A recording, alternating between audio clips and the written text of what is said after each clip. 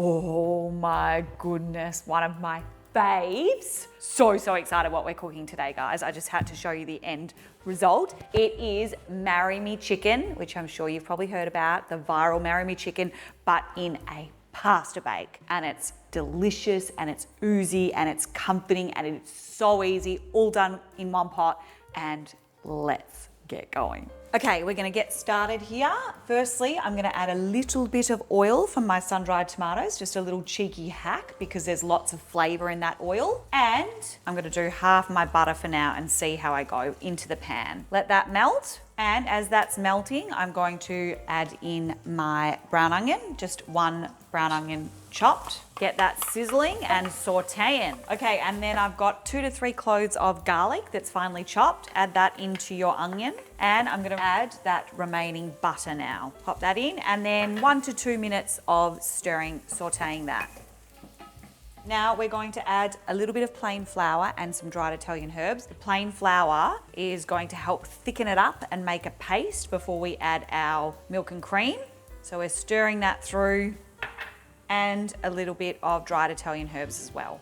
Probably don't need all of that. And give it a stir through for about a minute or two to cook out that flour and to cook the herbs, and then we'll start to add our milk and cream. Okay, so we've let the flour cook out. Then I've got a cup of milk, a cup of cream.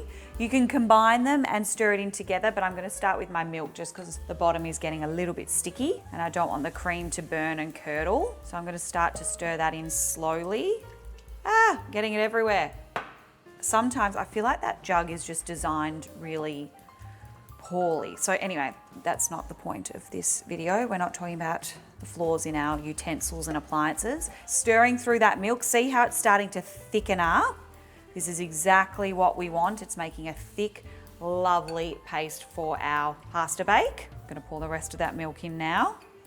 And now my cream as well. Cream, lovely. And then we're slowly gonna let, so just gently, because it's all claggy, that what you've cooked up and thickened up. You can either get your wooden spoon, God, look at me, I'm getting it everywhere. Or you can get a whisk and you're just gonna start to break up those lumpy flour bits into the milk and cream mix. And over time, it'll sort of start to thicken up a bit like a bechamel, but we don't need it to get that thick. We just wanna cook it out for a little bit and then we'll add all of our goodies in there.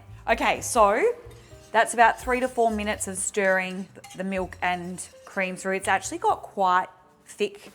So I'm gonna add a little bit of water just to keep it on the slightly thinner side so that it wraps around everything that we're about to put in there. So you can always add some water if you feel like it's getting a bit too thick. You just kind of want it to still be runny so that when you add all the bits, that it's gonna coat them all properly. Okay, so we've done that and we've got our water there. We can continue to add if we need. I've got some sun-dried tomatoes that have just been chopped.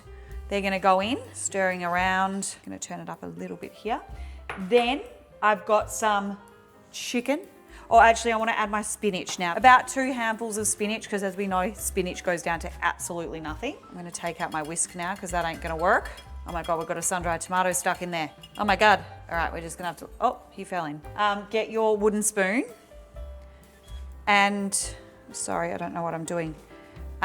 Stir through that spinach and that's just gonna soften in the heat and continue to, you know, cook. Then I've used a rotisserie chicken or a cooked chicken from the supermarket, whatever you want to call it, because you know it just makes life really easy, but you can use whatever cooked chicken you want. I'm gonna add, because my pan's a little bit on the smaller side, just about that much for now. And because we've still got to add our pasta and our cheeses and we just don't want it to get too over full. So we can stir through that yummy chicken. Lovely. Oh my God, it's looking really, oh my God, I'm flicking it everywhere.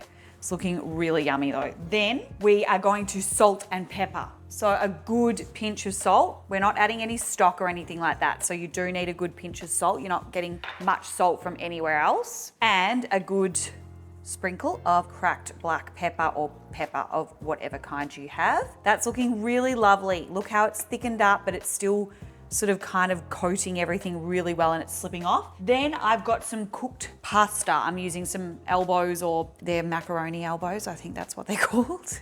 You can use whatever pasta you want. I like this one because all the sauce gets in between, all down the, down the kind of, what are they called? Oh my God, I can't find my words today, guys. I'm just like down the canals. No, that's an ear canal. I'm being silly with that one. Down like the little holes.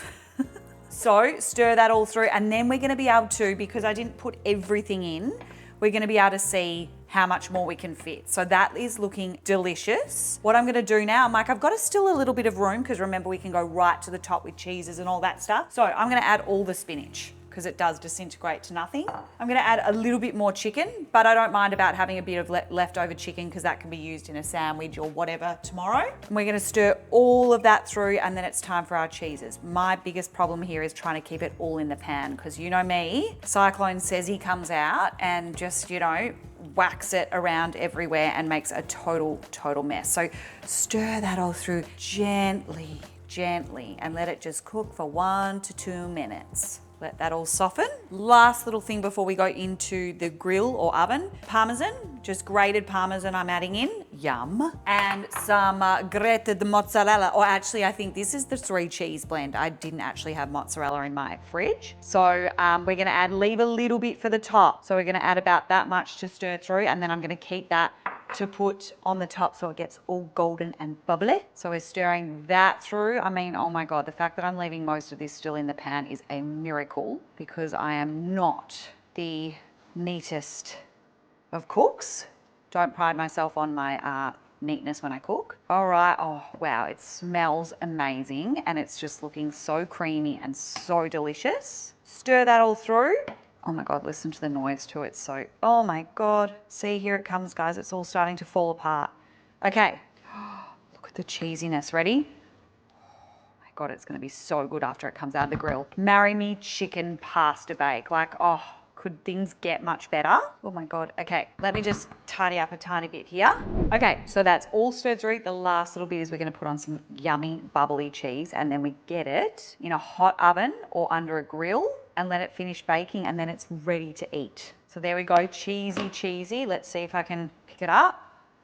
And then we're gonna pop it into the oven and get it all golden and bubbly and delicious.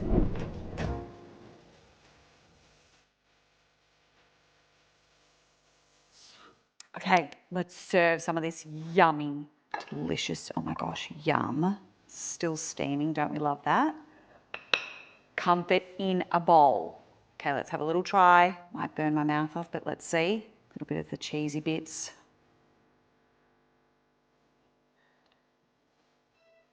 Oh my God. Delicious.